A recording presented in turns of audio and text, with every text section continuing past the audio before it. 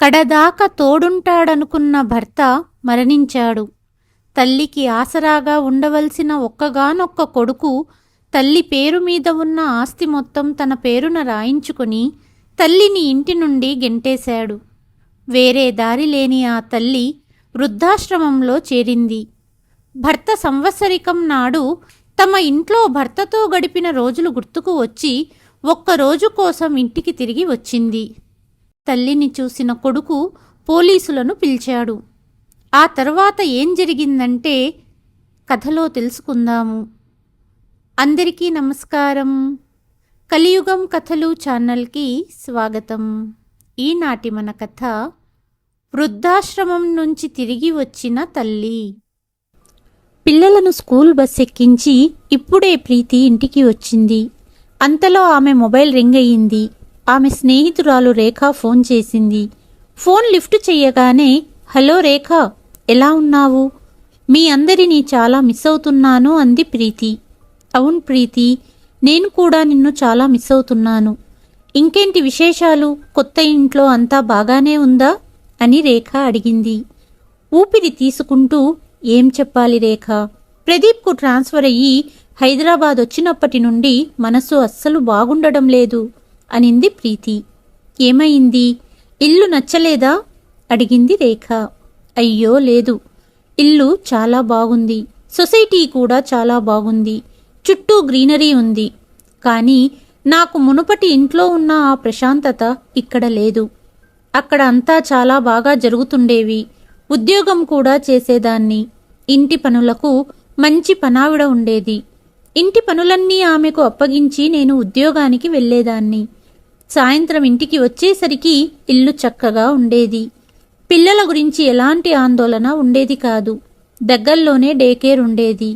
కానీ ప్రదీప్కు ట్రాన్స్ఫర్ అయినప్పటి నుండి నా జీవితమంతా తలకిందులుగా మారిపోయింది. ఇక్కడ నమ్మకమైన పనావిడ దొరకడం లేదు. పిల్లలను వదలడానికి మంచి డే కేర్ కూడా లేదు. అందుకే ఉద్యోగం వెతుక్కోలేదు. నిజమే ప్రీతి, ఇల్లు మారడం అంటే అంత ఈజీ కాదు. నీ మాటలను బట్టి నీకు చాలా ఇబ్బందవుతున్నట్టుంది అని అనింది రేఖ. ప్రదీప్ ట్రాన్స్ఫర్ వల్ల అంతా గందరగోళంగా ఉంది. పిల్లలు నెమ్మదిగా అడ్జస్ట్ అవుతున్నారు. ప్రదీప్ కూడా వచ్చిన వెంటనే తన పనిలో బిజీ అయిపోయాడు. కానీ నేను, నా కెరీర్ పూర్తిగా దెబ్బతిన్నట్లే అని ప్రీతి బాధపడింది. అప్పుడే ఎవరో బెల్ కొట్టిన శబ్దం. రేఖ, నేను తర్వాత మాట్లాడతాను, ఎవరో వచ్చారు అని చెప్పి ఫోన్ పెట్టేసింది ప్రీతి. తలుపు తీసి కొరియర్ తీసుకొని తలుపు మొయ్యబోతుండగా కొంచెం దూరంలో చెట్టు నీడలో ఒక వృద్ధ మహిళ నిలబడి ఉండటం గమనించి భయపడింది ప్రీతి. భగవంతుడా, ఆ మహిళ రోజూ ఇక్కడే ఎందుకు నిలబడుతుంది? నా ఇంటి వైపే ఎందుకు చూస్తూ ఉంటుంది? ఆవిడకి ఏం కావాలి? దొంగతనం చెయ్యాలనుకుంటుందేమో అని ప్రీతి ఆందోళన చెందింది. ఎందుకంటే 3 రోజులుగా ఆ మహిళ ఇంటివైపే చూస్తూ నిలబడడం ప్రీతి చూసింది. ప్రీతికి లోలోపల భయంగా ఉంది. రాత్రి ఆఫీసు నుండి ప్రదీప్ ఇంటికి వచ్చాడు. ప్రీతిని ఆందోళనగా చూసి, ఏమైంది? ఆందోళనగా కనిపిస్తున్నావు అని అడిగాడు. ఆ మహిళను ఈరోజు మళ్ళీ చూశాను. ఆమెకు ఏం కావాలో అర్థం కావట్లేదు. అందుకే భయంగా ఉంది అనింది ప్రీతి. ఇందులో భయపడాల్సిందేమీ లేదు. ఒక వృద్ధ మహిళే కదా అన్నాడు ప్రదీప్. మీరు కూడా ఏంటండి? ఇప్పుడు ఇళ్లల్లో దొంగతనాలు, దోపిడీలు చాలా జరుగుతున్నాయి. టీవీలో పిల్లల అపహరణ గురించి వార్తలు రోజూ వస్తున్నాయి. ఆ మహిళ ప్రతిరోజు మన ఇంటిపై నిఘా ఉంచడానికి ఖచ్చితంగా కారణం ఉంటుంది అనింది ప్రీతి. భార్య చెప్పింది విని ప్రదీప్ కూడా కొంచెం ఆందోళన చెందాడు. సరే, సొసైటీ వాచ్మెన్కు చెప్తాను, నువ్వు జాగ్రత్తగా ఉండు. ఇంకొకసారి ఇలా ఏదైనా జరిగితే వెంటనే కాల్ చేయి, పోలీసులకు కంప్లైంట్ చేద్దాము అన్నాడు ప్రదీప్. 2-3 రోజులు గడిచాయి. ప్రీతి తిరిగి ఉద్యోగం చెయ్యాలని మళ్లీ ఉద్యోగ ప్రయత్నాలు మొదలుపెట్టింది. రోజూ డాబా మీద బట్టలు ఆరేసేటప్పుడు ప్రీతి చుట్టూ చూసేది. 3 రోజులుగా ఆ మహిళ కనిపించకపోవడంతో కొంత ఉపశమనం పొందింది. కానీ మరుసటి రోజు పిల్లలను స్కూల్ బస్ ఎక్కించి తిరిగి ఇంటికి వస్తుండగా అకస్మాత్తుగా ఆ వృద్ధ మహిళ ఎదురుగా వచ్చి నిలబడింది. ఒక్కసారిగా ప్రీతి భయపడింది. వెంటనే ప్రీతి నడక వేగం పెంచుతూ ఇంటివైపు నడిచింది. ఒక్కసారి నా మాట వినమ్మా, ఆగమ్మా అని ఆ మహిళ వెనక నుండి ప్రీతిని పిలుస్తుంది. కానీ ప్రీతి వేగంగా నడుస్తూ ఇంటికి వెళ్ళి తలుపు వేసి వెంటనే ప్రదీప్కు ఫోన్ చేసి విషయం చెప్పింది. భయపడకు ప్రీతి, నేను వెంటనే పోలీసులను తీసుకొని వస్తాను. నువ్వు తలుపు తెరవకు అన్నాడు ప్రదీప్. అరగంట తర్వాత ప్రదీప్ పోలీసులను తీసుకువచ్చాడు. ఆ మహిళ ప్రతిరోజు ఎక్కడైతే నిలబడేదో అదే చోట ఉంది. పోలీసులు ఆమెను విచారించి అలాగే చుట్టుపక్కల వారిని కూడా విచారించారు. పోలీస్ విచారణలో వెలుగులోకి వచ్చిన విషయాలు తెలిసి ప్రదీప్ షాక్ అయ్యాడు. కొంతసేపటికి ఇంటి బెల్ మోగింది. ప్రీతి తలుపు తీసింది. ఎదురుగా ప్రదీప్ ఆ వృద్ధ మహిళతో కలిసి నిలబడి ఉన్నాడు. ఒక్కసారిగా ప్రీతి ఆశ్చర్యపోయింది. ప్రదీప్ ఇంట్లోకి వచ్చాడు, కానీ ఆ మహిళ తలుపు వద్దే నిలబడి ఉంది. ప్రదీప్, నేను నీతో చెప్పింది ఈవిడ గురించే కదా, ఎందుకు ఇంటికి తీసుకొచ్చారు అని కోపంగా ప్రీతి అడిగింది. ప్రీతి, నేను ఆఫీసు నుండి వచ్చేటప్పుడు పోలీసులను నాతో పాటు తీసుకొని వచ్చాను. ఈ మహిళ ఎవరు, ఎందుకు మన ఇంటిపై నిఘా ఉంచుతుంది అని తెలుసుకోవాలని పోలీసులకు జరిగినదంతా చెప్పాను. విచారణలో తెలిసిన విషయాలు నీవు కూడా విన్నట్లయితే ఆశ్చర్యపోతావు అన్నాడు ప్రదీప్. అవునా, విచారణలో ఏం తెలిసింది అని ప్రీతి అడిగింది. ప్రీతి, మనం అనుకున్నట్టు ఆవిడ అలాంటివారు కాదు. అసలు ఆవిడ ఎవరో తెలుసా అన్నాడు ప్రదీప్. ప్రీతి ఆశ్చర్యంతో ప్రదీప్ చెప్పే సమాధానం వినడానికి ఆత్రంగా ఉంది. ఆమె పేరు శారదాదేవి. మనకంటే ముందు ఈ ఇంటి యజమాని ఆవిడ అన్నాడు ప్రదీప్. ఏంటి, కానీ ఎలా? ఈ ఇల్లు నీ స్నేహితుడు రోహిత్ది కదా, అతనే కదా మనకు అమ్మాడు. అతనికి విదేశాల్లో ఉద్యోగం వచ్చింది కదా. రోహిత్ అమ్మగారా ఈవిడ అని ప్రీతి అడిగింది. అవును ప్రీతి, ఈవిడ రోహిత్ తల్లి. రోహిత్ తనకు తల్లి తండ్రులు లేరని చెప్పాడు కదా. అతను అబద్ధం చెప్పాడు ప్రీతి. రోహిత్ తండ్రి 1 సంవత్సరం క్రితం మరణించాడు. ఆ తర్వాత ఆ దుర్మార్గుడు తల్లిని మోసం చేసి ఆస్తినంతా తన పేరున రాయించుకున్నాడు. ఆ తర్వాత తన తల్లిని నడి రోడ్డు మీద వదిలేశాడు. ఆ తర్వాత ఇల్లమ్మి విదేశాలకు పారిపోయాడు అన్నాడు ప్రదీప్. తన తల్లి పట్ల కన్న కొడుకు ఇంతటి ద్రోహాన్ని ఎలా చేయగలడు? అది కూడా ఆమెకు వేరే ఆధారం కూడా లేదు అని ప్రదీప్ కోపంగా అన్నాడు. అంతా విన్న ప్రీతి ఆశ్చర్యపోయింది. కాసేపటి తర్వాత, సరే, ఆమె ఈ ఇంటి పాత యజమాని, ఇప్పుడు ఇక్కడికి ఎందుకు వచ్చింది? తన ఇల్లు తిరిగి తీసుకోవడానికి వచ్చిందా? కానీ ప్రదీప్, మనం ఈ ఇంటిని చాలా డబ్బు పెట్టి కొన్నాము అనింది ప్రీతి. అది కాదు ప్రీతి, ఇవాళ ఆవిడ భర్త మరణించి సరిగ్గా 1 సంవత్సరం అయ్యిందట. అందుకే భర్త జ్ఞాపకాలతో ఒకసారి ఇంట్లో తన భర్తతో గడిపిన క్షణాలను తమ గదిని చూడాలనిపించి వచ్చింది. ఆయన ఆత్మశాంతి కోసం ప్రార్థించాలనుకుంటుంది అన్నాడు ప్రదీప్. ఇదెలా కుదురుతుంది? ఇప్పుడు ఈ ఇల్లు ఆమెది కాదు. ఇక్కడ ప్రార్థించడం వల్ల ఏమి లాభం ఉండదు. ఇలాంటి విషయాలపై నాకు నమ్మకం లేదు అనింది ప్రీతి. ప్రీతి, అది నీ అభిప్రాయం. నీకు నమ్మకం లేకపోయినా ఆమెకు ఆ నమ్మకం ఉంది కాబట్టి కాసేపు ఆమెను లోపలికి రానివ్వు అని ప్రదీప్ అన్నాడు. సరే, మీ ఇష్టం అన్నది ప్రీతి. శారదాదేవిని లోపలికి రమ్మని పిలిచాడు ప్రదీప్. తెల్లటి చీర ధరించి ఎముకలు కనిపిస్తున్న శరీరం. కన్నీటితో లోపలికి వచ్చింది శారద. ఆవిడని చూసిన ప్రీతికి బాధగా అనిపించింది. లోపలికి వచ్చిన శారదాదేవి ఇంటిని చూస్తూ ఉండిపోయింది. ఆమె మనసులో ఎన్నో జ్ఞాపకాలు కదిలాడాయి. ఇది నేను రోహిత్ తండ్రి ఉన్న గది అని మూలలోని గదిని చూపిస్తూ శారదాదేవి చెప్పింది. ప్రదీప్ ఆ గది తలుపు తెరిచాడు. శారదాదేవి ప్రీతి ప్రదీప్లకు 2 చేతులు జోడించి నమస్కరిస్తూ గదిలోకి వెళ్ళింది. గదిని చూస్తున్న శారదాదేవికి కళ్ళ నుండి నీరు ఆగడం లేదు. చీర కొంగుతో కళ్ళను తుడుచుకొని భర్త ఆత్మశాంతి కోసం ప్రార్థించడం మొదలుపెట్టింది. ప్రార్థన చేస్తున్నంతసేపు మూసిన కళ్ళ నుండి కన్నీళ్లు ధారలుగా ప్రవహిస్తున్నాయి. కొంతసేపటి తర్వాత ప్రార్థన ముగించి బయటికి వచ్చి ప్రదీప్ ప్రీతిలతో ఇలా చెప్పింది. ఒకప్పుడు నేను ఈ ఇంటికి కోడలుగా వచ్చాను. ఆ సమయంలో నిర్ణయించుకున్నాను, ఇంటి నుండి నేను వెళ్ళేది జరిగితే అది నా మరణం తర్వాతే అని చెబుతూ శారద 5 సెకండ్లు మౌనంగా ఉండిపోయింది. ఈ ఇంట్లో నేను నా భర్తతో కలిసి ఎన్నో అద్భుతమైన క్షణాలు గడిపాను. కానీ రోహిత్ తండ్రి చనిపోయిన తర్వాత జీవితమే తారుమారయ్యింది అని విచారంగా చెప్పింది శారద. ప్రీతి, ప్రదీప్లు ఆమె మాటలు వింటున్నారు. శారదాదేవి ఇంటి ప్రతి మూలను చూస్తూ, చేతితో తాకుతూ పాత జ్ఞాపకాలను గుర్తు తెచ్చుకుంది. ఆమె ఇంటిని వదలడానికి ఇష్టపడకపోయినా ఎక్కువసేపు ఇక్కడ ఉండడం బాగోదని బాధతో బయటికి వెళ్ళబోయింది. కానీ ప్రదీప్ ఆమె పరిస్థితి చూసి చాలా బాధపడ్డాడు. అమ్మా, కాసేపు కూర్చోండి, ప్రీతి టీ తీసుకొస్తుంది అన్నాడు. లేదు బాబు, మీరు నా మాట విని నన్ను లోనికి రానించారు, అంతే చాలు, చాలా తృప్తిగా ఉంది అని ఆమె చెప్పింది. అమ్మా కూర్చోండి, నేను ఇప్పుడే టీ తీసుకొస్తాను అని ప్రీతి వంటగదికి వెళ్ళింది. సరే అంటూ శారదాదేవి సోఫాలో కూర్చుంది. కొంతసేపటి తర్వాత ప్రదీప్ వంటగదికి వచ్చాడు. ప్రీతి, శారదాదేవిని చూస్తుంటే బాధగా ఉంది, అందుకే నాకు ఒక మంచి ఆలోచన వచ్చింది. అవునా, ఏం ఆలోచన అని ప్రీతి అడిగింది. శారదా గారిని మన ఇంట్లోనే ఉంచుకుందామా? ఏం మాట్లాడుతున్నారు మీరు? ఇది ఇల్లా లేక ధర్మశాల అనింది ప్రీతి. అప్పుడు ప్రదీప్ భార్యను సంధాయించాడు. ప్రీతి, ఆవిడ ఇప్పుడు ఒంటరిగా ఉంది. ఈ ఇంటితో ఆవిడకు ఒక అనుబంధం ఉంది. మనతోనే ఇక్కడే ఉండమని అడుగుదాం. ఇంటిని వదిలి ఆవిడ ఎక్కడికి వెళ్ళదు కాబట్టి నువ్వు నిశ్చింతగా ఉద్యోగానికి వెళ్ళొచ్చు అన్నాడు ప్రదీప్.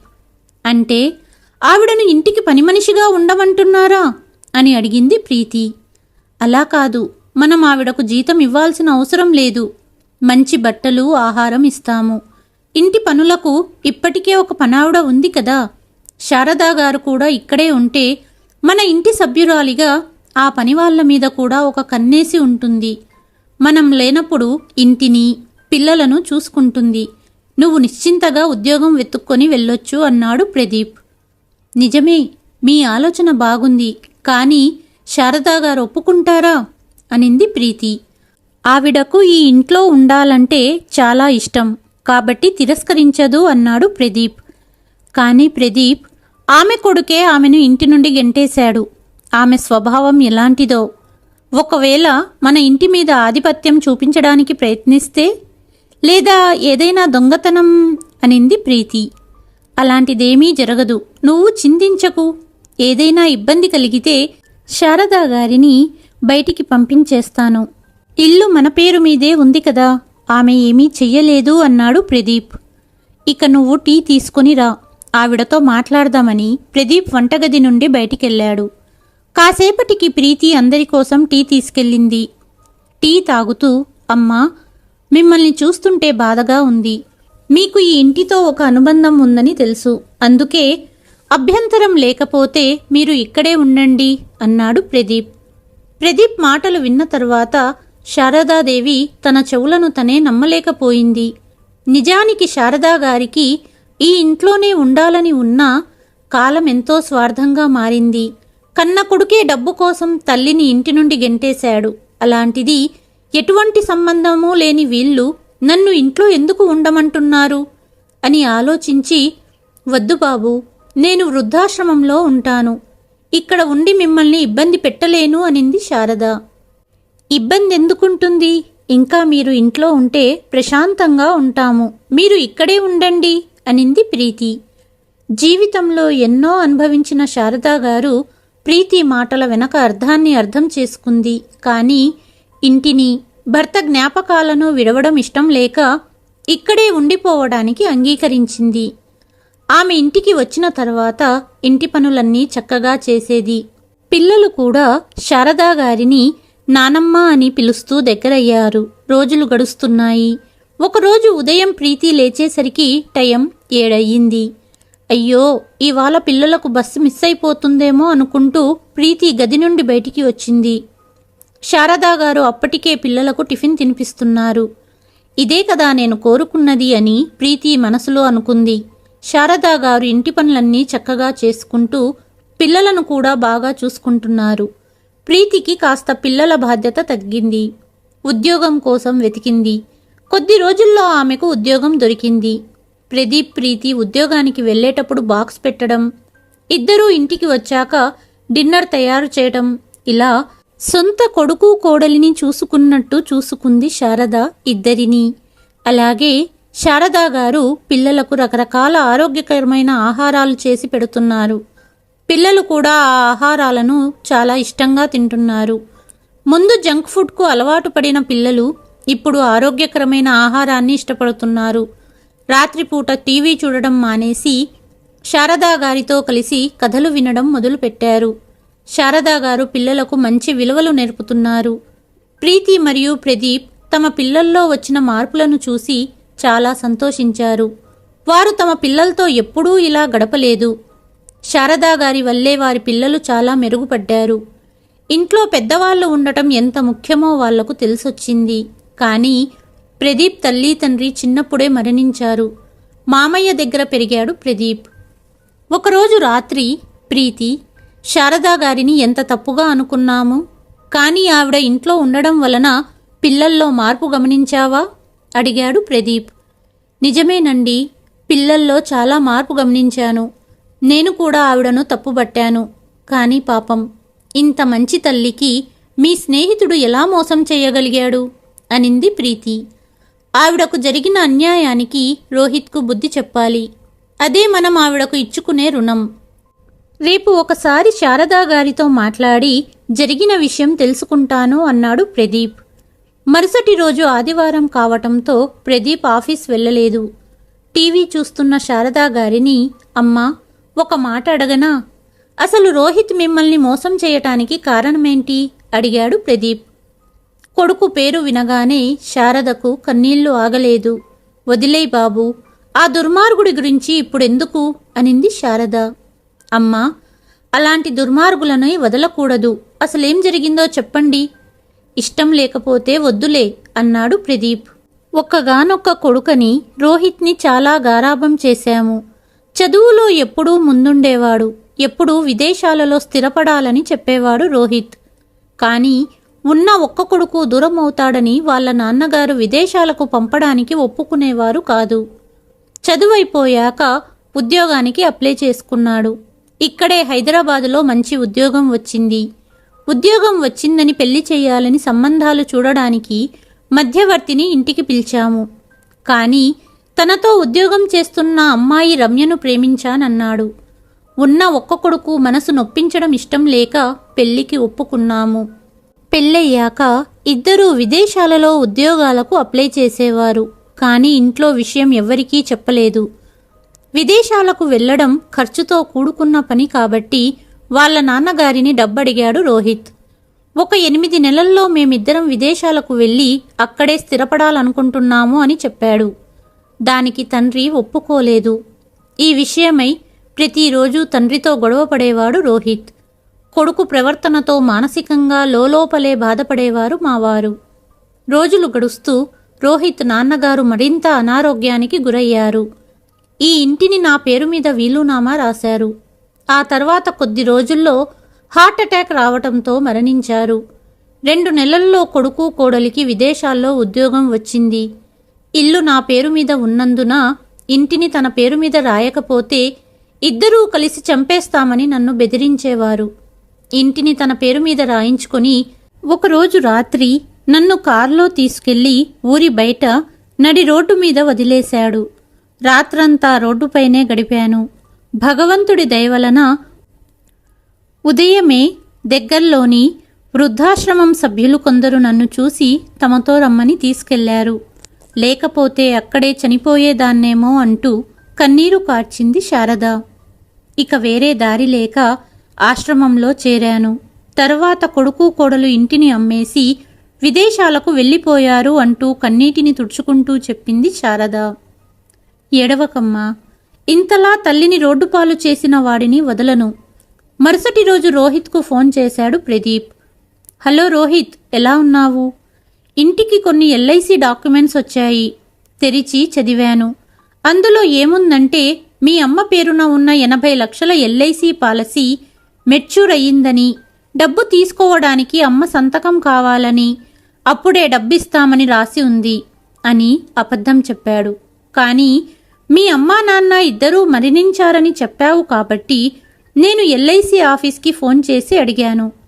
నామినీగా నీ పేరుంది కాబట్టి నువ్వు డబ్బు తీసుకోవచ్చు అన్నారు. 1 నెల గడువు ఉంది. వెంటనే బయలుదేరి ఇండియా రా. నీతో పాటు మీ ఆవిడనే తీసుకురా. ఏ అవసరం ఎప్పుడొస్తుందో అన్నాడు ప్రదీప్. ఇది విన్న తర్వాత రోహిత్కు కళ్ళ ముందు డబ్బుల నోట్లు కనిపిస్తున్నాయి. సరేరా, రమ్య కూడా పుట్టింటిని మిస్ అవుతుంది. నేను టికెట్ రిజర్వేషన్ చేయించాక నీకు చెబుతాను అన్నాడు రోహిత్. శారదా గారికి తన ప్లాన్ అంతా వివరించాడు ప్రదీప్. నా వలన మీకెందుకు శ్రమ అన్నది శారదాదేవి. తల్లి తండ్రిని చిన్నప్పుడే కోల్పోయాను. తల్లి ప్రేమను మీలో చూశాను. పిల్లలు కూడా మీరొచ్చాక చాలా మారారు. మీ రుణం తీర్చుకోనివ్వండి.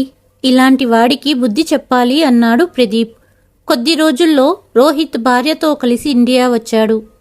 తల్లిని పైన పోర్షన్లో ఉన్న గదిలో ఉంచాడు ప్రదీప్. ఇంటికి వచ్చిన రోహిత్ దంపతుల ముందు ప్రదీప్, ప్రీతి ఏమీ తెలియనట్టు వ్యవహరించారు. ఇద్దరికీ ప్రీతి టీ, స్నాక్స్ ఇచ్చింది. ప్రదీప్, ఎల్ఐసి ఆఫీస్ ఎప్పుడు వెళ్దాం అన్నాడు రోహిత్. అంత తొందర ఎందుకు? టీ, స్నాక్స్ తీసుకో అన్నాడు ప్రదీప్. లేదు, ఇక్కడ పని తొందరగా చూసుకొని వెళ్ళిపోవాలి. లీవ్ దొరకలేదు. అందుకే రేపు సాయంత్రానికే తిరుగు ప్రయాణానికి టికెట్ రిజర్వేషన్ చేయించారు అన్నది రమ్య. రోహిత్, మీ అమ్మా నాన్న ఎలా మరణించారు అడిగాడు ప్రదీప్. నాన్న హార్ట్అటాక్తో మరణించాడు. అది తట్టుకోలేని అమ్మ అనారోగ్యంతో నాన్న మరణించిన నెల రోజులకే మరణించింది. అమ్మను బాగా మిస్ అవుతున్నాను అంటూ రోహిత్ కళ్ళు చెమర్చినట్టు నాటకమాడాడు. ఏడవకురా, కావాలంటే నేను నిన్ను మీ అమ్మతో మాట్లాడిస్తాను అన్నాడు ప్రదీప్. ఇది విన్న రోహిత్ మరియు అతని భార్య ఆశ్చర్యపోయారు. అంతలోనే ప్రీతి శారదా గారిని తీసుకుని వచ్చింది. తల్లిని చూసి రోహిత్ మరియు అతని భార్యకు చెమటలు పట్టాయి. అరే, ఏమైంది రోహిత్, చెమటలు పడుతున్నాయి? ఇద్దరూ కలిసి ఇంత కుట్ర చేశారు. అంత ఈజీగా తప్పించుకోవాలనుకున్నారా? నిజం ఏంటంటే అమ్మకు ఎటువంటి పాలసీ లేదు. మిమ్మల్ని ఇక్కడికి పిలవడానికి ఒక అబద్ధమాడాను. మీరేమో డబ్బు మీద ఆశతో పరిగెత్తుకుంటూ వచ్చేశారు. అమ్మను నడి రోడ్డుపై వదిలేసి వెళ్ళిపోయావు. మీరు చేసిన ద్రోహాన్ని అమ్మ నాకు వివరించింది. ఇక ఇప్పుడు మీరు జైలుకే వెళ్ళాలి అన్నాడు ప్రదీప్. వణుకుతున్న గొంతుతో అమ్మ నీకెలా దొరికింది అడిగాడు రోహిత్. ఇక నాటకాలాపు, నిజం ఒప్పుకో. తల్లి తండ్రి చనిపోయారని నాటకాలాడి ఇంటిని అమ్మేసి తల్లిని నడి రోడ్డు మీద వదిలేశావు. అమ్మ ప్రతిరోజు ఎదురుగా ఉన్న చెట్టు కింద నిలబడి చూస్తూ ఉండేది. అసలు విషయం అడిగి తెలుసుకున్నాను. ఛీ, కన్న తల్లిని రోడ్డుపై వదిలాలని ఎలా అనిపించిందిరా అన్నాడు ప్రదీప్. దేవుడి దయవలన అమ్మకు ఏమీ కాలేదు. లేకపోతే అన్నాడు ప్రదీప్. ఏంటి, ఊరుకున్నానని ఎక్కువగా మాట్లాడుతున్నావు? అవును, నేనే అమ్మను నడి రోడ్డు మీద వదిలేశాను. ఒక రకంగా చెప్పాలంటే ప్రతిరోజు గొడవలతో నాన్న చనిపోవడానికి నేనే కారణం. అయితే ఏంటిప్పుడు? విదేశాలకు వెళ్ళడానికి అడ్డుగా ఉన్న అమ్మను చంపేస్తానని బెదిరించి ఇల్లు నా పేరున రాయించుకొని తీసుకెళ్లి రోడ్డు మీద వదిలేశాను. అప్పుడే చంపేస్తే గొడవ ఉండేది కాదేమో అన్నాడు రోహిత్. ఏమీ లేదు రోహిత్, నీ మాటలన్నీ రికార్డు చేశాను. పోలీసులు వస్తూనే ఉంటారు. వాళ్లే సమాధానం చెప్తారు అన్నది ప్రీతి. ఇది విన్న రోహిత్, అతని భార్య పరిగెత్తడానికి ప్రయత్నించారు. అప్పుడే పోలీసులు వచ్చారు. ఇన్స్పెక్టర్ గారు, వీళ్ళిద్దరినీ అరెస్టు చెయ్యమన్నాడు ప్రదీప్. వెంటనే రోహిత్ తల్లి పాదాలపై పడి, అమ్మా, చిన్నప్పటి నుండి విదేశాలకు వెళ్ళి స్థిరపడాలనే నా కోరిక ఇప్పటికి నెరవేరింది. ఇప్పుడు జైలుకి వెళితే మళ్ళీ తిరిగి విదేశాలకు ఎప్పటికీ వెళ్ళలేను అంటూ క్షమించమని వేడుకున్నాడు. కొడుకు చెంప పగలగొట్టింది తల్లి. నువ్వు చేసిన దుర్మార్గాలకు శిక్ష తప్పక పడుతుంది. అంతలో పోలీసులు ఇద్దరినీ అరెస్టు చేశారు. ప్రదీప్ను చూస్తూ కన్న కొడుకు కాదనుకున్నాడు. ఇవాళ నా భర్త ఆత్మకు శాంతి కలిగి ఉంటుంది.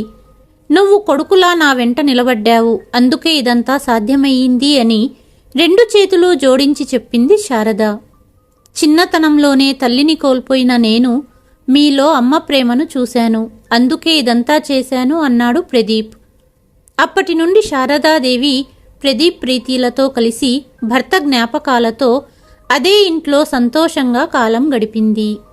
కథ కనుక నచ్చినట్లయితే please like, share and subscribe to కలియుగం కథలు. మరి ఒక కథతో మళ్ళీ మీ ముందుకు వస్తాను. అంతవరకు సెలవు.